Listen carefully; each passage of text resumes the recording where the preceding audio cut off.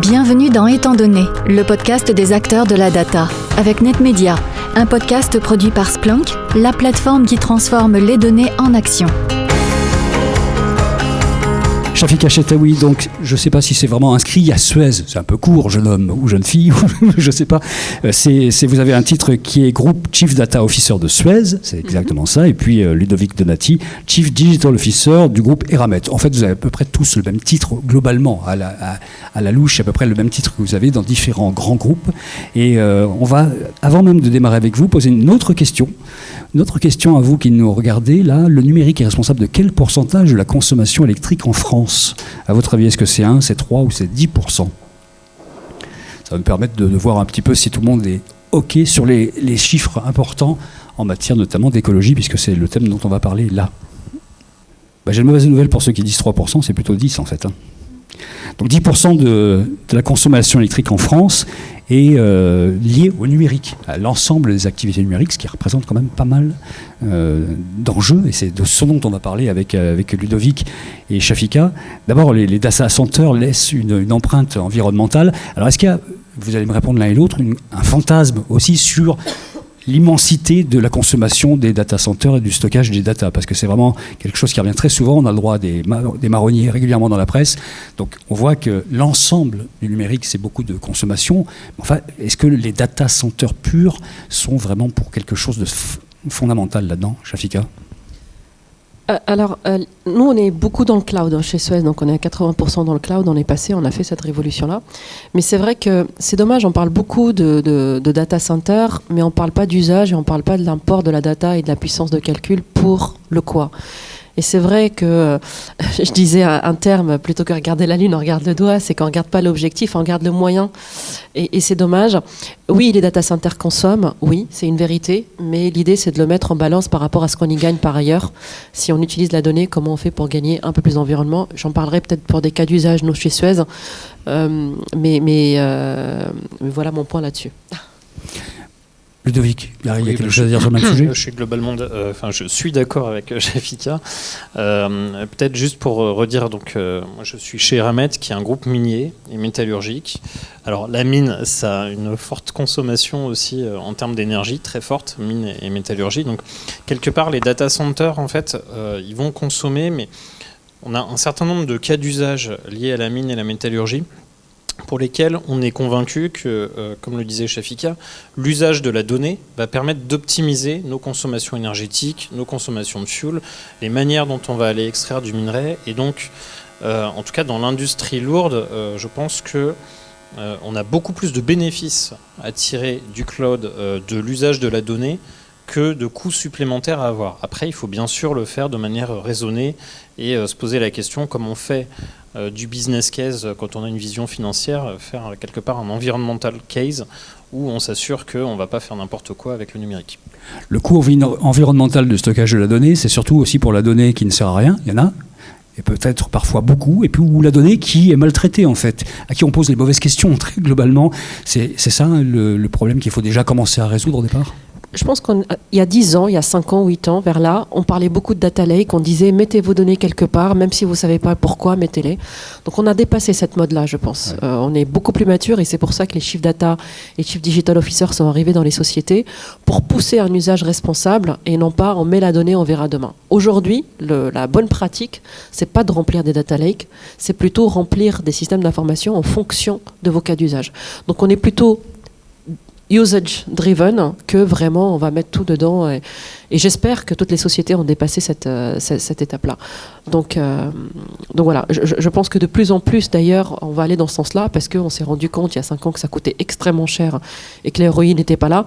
Donc c'est vrai que la raison de ce côté pragmatique c'était l'argent, mais il se trouve qu'aussi c'est un côté écologique aussi.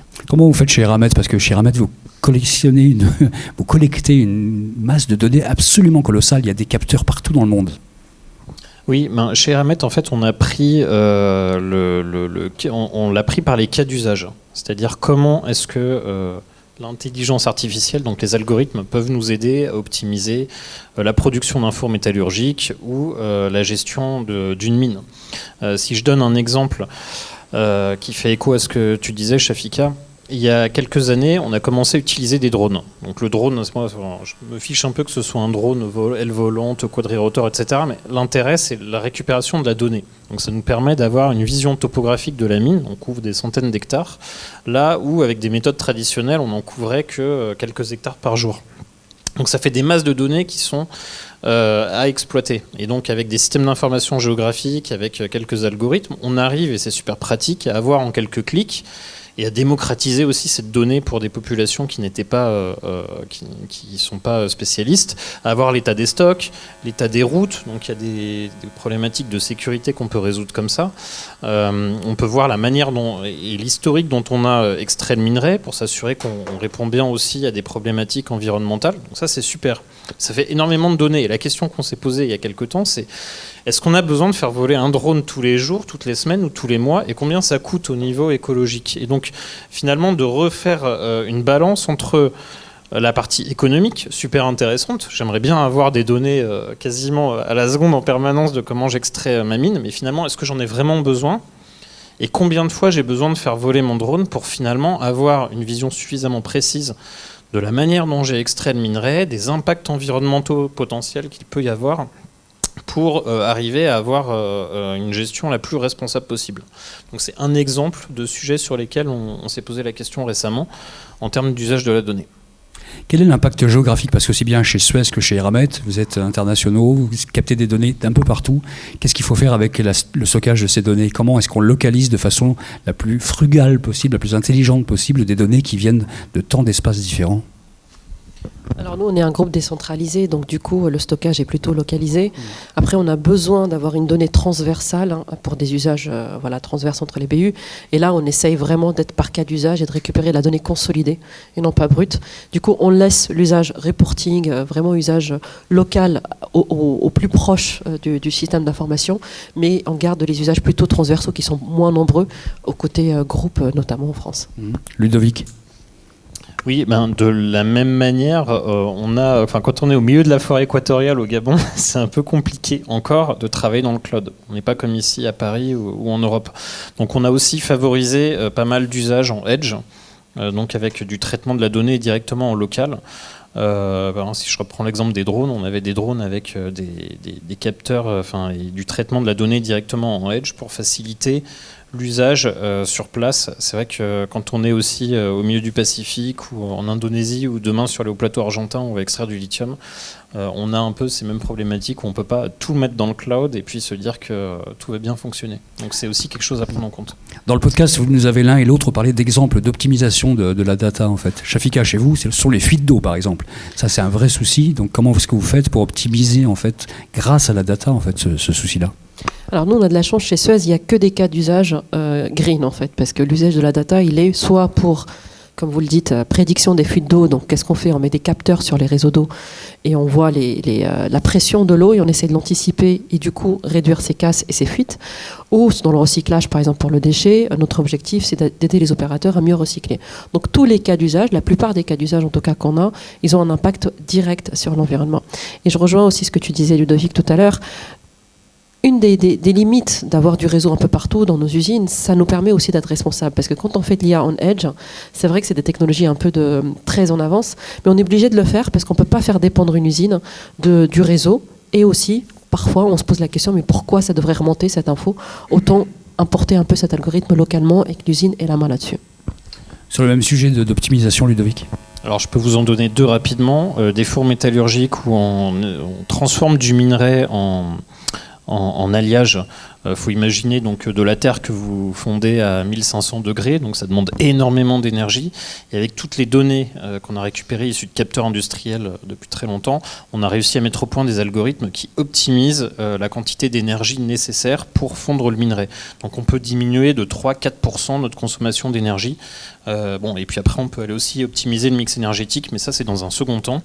Et puis si on reprend l'exemple des drones tout à l'heure que je vous donnais, donc on a la topographie de la mine et dessus on a mis en place des algorithmes qui permettent de faire de la reconnaissance automatique de la revégétalisation, parce qu'après la mine on essaye de laisser l'état de la mine, si ce n'est mieux, en tout cas en état le plus correct possible. Donc on a des grands programmes de revégétalisation et de relocalisation des populations éventuellement si c'est nécessaire. Et on a mis au point des algorithmes qui permettent de suivre cette revégétalisation avec de la reconnaissance automatique d'arbres et des arbres de différentes espèces sur des surfaces qui sont très importantes. Tiens, je vais vous poser une nouvelle question qui va s'afficher sur l'écran. Vous allez pouvoir prendre votre smartphone. Êtes-vous plutôt green for IT, green IT for data, je vais le refaire dans le bon sens, ou data for green? Green IT for data ou data for green. Il y a aussi la possibilité de aucune idée, vraiment. Puisqu'on va vous expliquer un peu ces concepts-là. Green IT for data, data for green, pour l'instant, c'était équivalent. Ah oui, non, c'est data for green, clairement, pour l'instant, qui se détache. C'est quelque chose qui est assez important pour vous, ça, Shafika, vraiment cette différence entre les deux, là. Clairement, et d'ailleurs ma première réponse à la première question, c'est ça, c'est le pourquoi faire. Nous, chez Suez, certainement, on a une IT en tout cas qui essaie d'optimiser les ressources pour tout ce qu'on fait, mais c'est surtout la question, c'est en quoi la data, elle aide pour l'impact environnemental. Et d'avoir ces deux dimensions nous évite un peu d'écouter les articles où on est un peu très catastrophique sur tout ce que l'usage du numérique, et plutôt de réfléchir à l'impact du numérique. Il faut réfléchir à l'impact du numérique, du positif et négatif, et de voir la balance. Donc ça, c'est quelque chose chez Suez où nous, on a un impact direct à l'environnement, que ce soit sur le déchet et de l'eau, et on compte plutôt cet impact-là, même si on fait tout pour qu'on soit Green IT aussi. Ludovic, vous avez cette réflexion-là ? Oui, on a cette réflexion-là, à la fois en interne chez Eramet et puis plus globalement avec Shafika et je pense avec tous les Chief Data et Digital Officers de la place via les initiatives French Tech Corporate Community, où on a justement mis en place une réflexion autour de l'impact environnemental du numérique, à la fois en termes de standardisation, comment est-ce qu'on calcule cet impact et que ce soit à peu près la même chose pour tout le monde. Alors on n'est pas les seuls à y penser et c'est très complexe. Et on a aussi mis en place une première version de simulateur d'impact environnemental du numérique qu'on a développé avec de nombreuses sociétés, Capgemini, Sodexo, Decathlon, Engie, je ne peux pas tous les citer.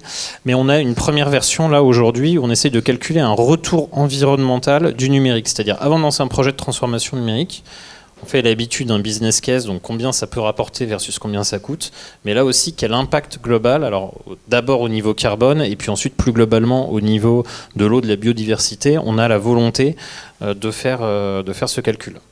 C'est pas simple. Hein. Quels sont les premiers résultats de ce simulateur en test ? Alors les premiers résultats sur les entreprises industrielles, en tout cas, c'est qu'on a une contribution positive du numérique. C'est-à-dire que quand c'est bien utilisé, diminuer, comme je vous disais, chez Eramet, de 4% la consommation d'énergie d'un four qui demande une puissance colossale, c'est déjà extrêmement positif. Et ça a un aspect très, très positif par rapport à l'usage de la data. On parle de ce qu'on peut faire en matière de data en tant qu'entreprise, mais en fait, il y a quand même aussi toute la donnée de l'échelle de son écosystème, en fait, de tous ses fournisseurs, de tous ses partenaires.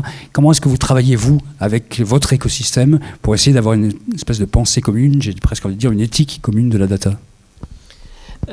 Un sujet, nous on a une grosse collaboration avec Microsoft notamment sur la gouvernance de l'intelligence artificielle. Une des façons aussi d'être Green IT, c'est de s'assurer que les cas d'usage qu'on fait sont responsables et servent à quelque chose. Et en fait, on essaie un peu d'éviter le côté chaque data scientist dans son endroit et développe quelque chose sans qu'il y ait une vraie gouvernance, un impact, quelqu'un qui le challenge. Et peut-être la simple raison, c'est de refaire un peu ce que son collègue a fait sans savoir. Donc on a monté une plateforme qui s'appelle Kodai, Collaborative Data and Artificial Intelligence Platform, avec Microsoft justement, c'est basé sur du Azure ML. Et son objectif, c'est de faire de la gouvernance interne avec nos partenaires sur l'usage de l'IA et de la data dans le groupe. C'est quoi concrètement ? Avant de développer mon algorithme, je regarde si quelqu'un l'a fait et que j'évite de le faire. Deuxièmement, je suis challengé sur le cas d'usage si ça sert à quelque chose et que son impact environnemental n'est pas négatif, justement. Troisièmement, je m'assure que mon POC, si ça sert à quelque chose, est industrialisé et ça va au bout. Donc, c'est des choses, je dirais, assez simples, assez pragmatiques à mettre en place, toutes les sociétés peuvent faire, parce que parfois, un usage numérique, pour qu'il soit responsable, il faut qu'il soit gouverné. En tout cas, c'est le choix qu'on a fait. Ludovic, vous pouvez avoir de temps en temps des discussions serrées avec un fournisseur, justement parce qu'il y a l'envie d'avoir cette dimension de pensée RSE ou écologique de la data. Oui, des discussions serrées. Puis c'est même en tant que citoyen, dans mon équipe, il y a de plus en plus de gens qui prennent conscience à la fois de l'impact positif et négatif du numérique et de la nécessité de réduire globalement nos consommations de carbone, d'énergie. Et donc on va avoir tendance à beaucoup challenger les fournisseurs sur les aspects greenwashing Moi, je suis toujours un peu dubitatif quand on me présente des data centers qui sont net positifs, quand on vous explique que tout va bien se passer et que finalement on replante des arbres ailleurs et que tout va bien. Ce sont des discours qui passent de moins en moins. Donc on est aussi très challengeant vis-à-vis des fournisseurs, tout en ayant conscience que parfois on est sur une période de transition, donc les solutions ne sont pas toutes prêtes, mais en tout cas on est très challengeant dès que c'est trop greenwashing, où on se dit que bon, vraiment, oui... si la mariée est trop belle, ça ne marche pas. Ouais. C'est un peu ça l'histoire. Donc il y a la relation externe avec son écosystème, mais il y a la relation interne qui est extrêmement importante en fait. Qu'est-ce que vous faites l'un et l'autre pour acculturer les populations de l'entreprise à la data et à une vraie culture de la data, pour le coup, avec toutes ces dimensions, parce que c'est pas juste savoir utiliser de la data dans son propre métier, il s'agit d'avoir une vision globale de ce qu'est la data. Effectivement, un usage responsable de la data, ça, tout le monde est responsable de la data, depuis le COMEX jusqu'aux opérateurs en passant par le middle management. Et c'est vrai que nous, en tant que CDO, on a des plans de formation. On ne forme pas à développer en Python, hein, c'est pas du tout ça l'objectif, mais on forme à l'impact positif et peut-être négatif de l'IA et de la data. C'est que c'est pas magique. On ne peut pas faire de l'IA partout, on ne peut pas digitaliser tout, et qu'il y a des endroits où il faut avoir une responsabilité éthique, une responsabilité environnementale et une responsabilité sociétale. Je m'exprime. Éthique, c'est que je ne peux pas faire un algorithme pour aller voir ce que mon consommateur fait la nuit ou le matin sans son consentement. Ça, c'est facile. Environnemental, si l'impact carbone est plus élevé que l'impact du cas d'usage, parce que je ne suis pas en train de résoudre quelque chose, je l'abandonne. Et sociétal, si je suis en train de remplacer un opérateur dans une usine, il faudra que je l'accompagne. Et ces trois dimensions, elles doivent être réfléchies à chaque projet. Je ne dis pas que c'est facile, mais je dis que c'est quelque chose qu'on rajoute en plus du ROI financier pur et dur. Et c'est extrêmement important de former nos chefs de projet, notre COMEX et tout le monde dans le groupe à challenger ces trois axes et non pas uniquement que le ROI. Et concrètement sur l'acculturation, je disais, nous on a 3 types de formations pour le COMEX, pour les gens qui utilisent la donnée et surtout pour nos experts, les data scientists. Ils ont une responsabilité énorme, ils doivent développer. Vous connaissez le FinOps, c'est comment on développe d'une façon un développement parallélisé. Donc on les forme aussi à mieux développer et que leur impact de leur développement soit minime. Chez Eramet, vous partez de très très loin en matière de culture de la data, parce que c'est quand même un métier de pelle et de pioche au départ. Enfin, j'exagère, mais c'est ça. Alors, historiquement.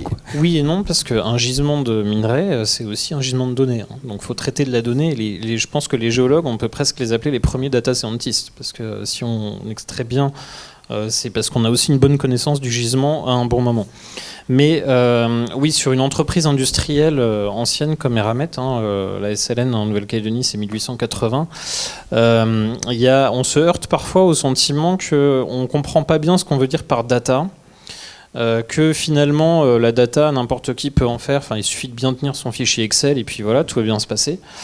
Et donc il y a toute cette culture de transformation de... arriver à accéder et mélanger un certain nombre de données pour en retirer des informations qui permettent des cas d'usage et d'aller chercher un cran plus loin la manière dont on gère l'entreprise, qui est un point sur lequel on insiste beaucoup et c'est pas facile. Donc on a tout un programme de sensibilisation à la data pour les managers, parce que chez nous c'est un peu vécu comme le truc qu'on va faire après, parce que tu comprends, faut faire de l'excellence opérationnelle, faut déjà qu'on soit bon sur le terrain, et puis moi l'usine je te la gère avec un fichier Excel, j'ai déjà entendu ça. Donc c'est vraiment arriver à faire comprendre qu'on peut passer un cran d'après et que justement la data elle doit permettre à tous nos opérationnels de se refocaliser sur le cœur de leur business et pas passer son temps à aller collecter des données à droite à gauche. Et enfin, on a un programme de formation à la data science, parce que nous, on est convaincus que dans un certain nombre de métiers, il faut qu'il y ait plus qu'un vernis data science, mais de véritables compétences. Donc on ne va pas faire de tout le monde des data scientists chevronnés, mais si un géologue demain, il connaît aussi un certain nombre de sujets data science, il verra plus l'intelligence artificielle comme une boîte noire, mais il pourra aussi faire évoluer des produits qui ont été conçus pour lui et par lui. Shafika, quand on a échangé un petit peu avant, on l'a fait plusieurs fois d'ailleurs, ne serait-ce que pour faire le podcast et puis ensuite pour préparer un peu ce qu'on se disait aujourd'hui, vous nous avez dit si on veut une consommation responsable, il faut vraiment une étude d'impact préalable. C'est un prérequis absolument indispensable, quoi. Effectivement, on se dit on ne peut pas améliorer quelque chose qu'on n'a pas mesuré. Ça, c'est vraiment la base. Et mesurer, c'est pas facile. Je ne dis pas que c'est facile. Hein. Mais au moins, on se met d'accord sur des métriques.